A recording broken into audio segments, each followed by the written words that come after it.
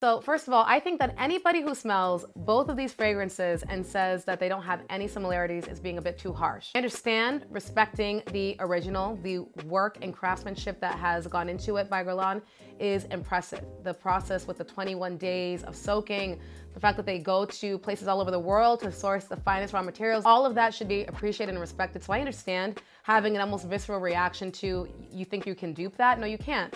And I think that's fair. But at the same time, to smell both of them and say they have no similarities, I think is just not true. They do have some similarities, but similarities does not equate to this being a good one-to-one clone for this. I'm on the side of the fence where I would agree that this cannot be duplicated unless you are doing the same things that they're doing in terms of finding the best beans, soaking them for 21 days. I don't think you can create that scent without that process. This scent on its own, if it wasn't being compared to one of the best vanillas ever created, I think is fine. It's like a lemony, citrusy vanilla fragrance to me. I have no issues with it. I think that when I compare it to the original, it almost makes this smell worse to me. It comes off a bit plasticky, a bit synthetic, which I'm sure you've probably already heard.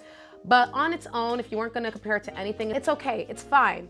Is it my favorite vanilla fragrance by them? No, I would pick Vanilla Voyage as excellent, as Shawl by Paris Corner. Like, there are amazing Middle Eastern vanillas that even on their own, not compared to anyone, Angham, that are fantastic. I don't think this is on the same pedestal as those ones. I don't think that it's horrible. I don't need to cry about it, but it's not the best vanilla that I think any of these brands have ever created. And I don't think there's anything wrong with saying that. I think where a lot of the emotion comes from with these situations is that perfume is expensive. And over the past few years, perfumes have been becoming more and more expensive. And I think a lot of people don't want to have to accept, I just will never be able to smell like that fragrance because it's $700. They want to be able to smell like it for less. And we live in a capitalistic world that tells you, I will give you that. So they make these fragrances and then the word on the street is, this is going to smell like that. And I think sometimes all it does is make the clone fragrance come off worse than what it would have come off as if it were not being compared to the original. Sometimes they knock it out of the park and honestly do a better job than the original, but sometimes they do not. And recently I was listening to an interview, I'm probably gonna mispronounce his name, Mr. Wasser is what I'm gonna call him, the man who is now leading a lot of the raw material search for Guerlain.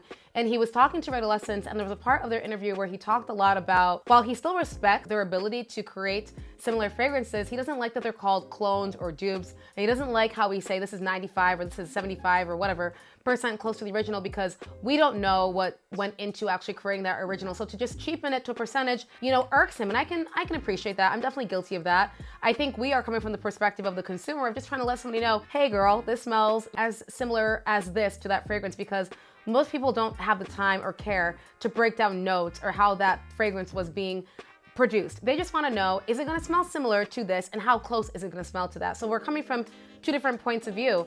I also understand that, you know, this fragrance is $700 and in today's economy, that's going to be very hard for people to pick up.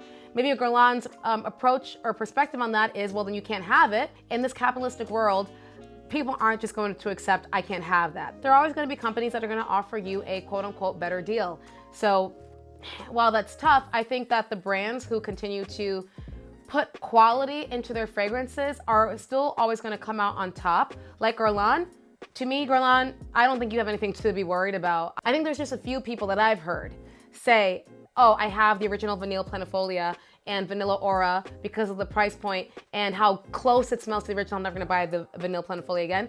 That is just a few. Just a few. I don't agree with that perspective, but of course, scent is subjective, so you can't tell someone that they're wrong. That's their take on it. That's their experience. That's their right. Most people who have Vanille Planifolia and love Vanille Planifolia and accept the price point, it's expensive, but accept the price point, are not gonna feel like this can completely replace it. And I'm one of those people. It's expensive.